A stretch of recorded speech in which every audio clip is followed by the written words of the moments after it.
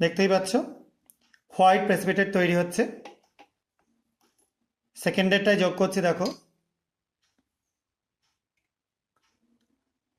এটাতে একটু ইওলিস একটা প্রেসিপিটেট তৈরি হচ্ছে। থার্ডেরটায় যোগ করছি নিকেলেরটায়, এটা দেখো সুন্দর একটা প্রুসিয়ান ব্লু কালারেশন তৈরি হচ্ছে। আর লাস্টেরটায় যোগ করছি, দেখো এটা কিন্তু অদ্ভুত রকম একটা কালার তৈরি হচ্ছে, এটাও প্রুসিয়ান ব্লুয়েরই কিন্তু একটু ডিপ ভার্সন। এটা প্রথমে আমরা কি যোগ করলাম, বাফার সলিউশনটা, বেসিক বাফার সলিউশন। এবার এর মধ্যে আমরা তৈরি করে রাখা Na2S সলিউশন যোগ করব। প্রথমটা ZnS স্যাম্পেলে যোগ করলাম, দেখো ডেন্স হোয়াইট হয়ে গেল। এটা ZnS তৈরি হওয়ার জন্য জিঙ্কের স্যাম্পেল যোগ করলাম, জিঙ্কের মধ্যে Na2S যোগ করলাম, ZnS তৈরি হলো।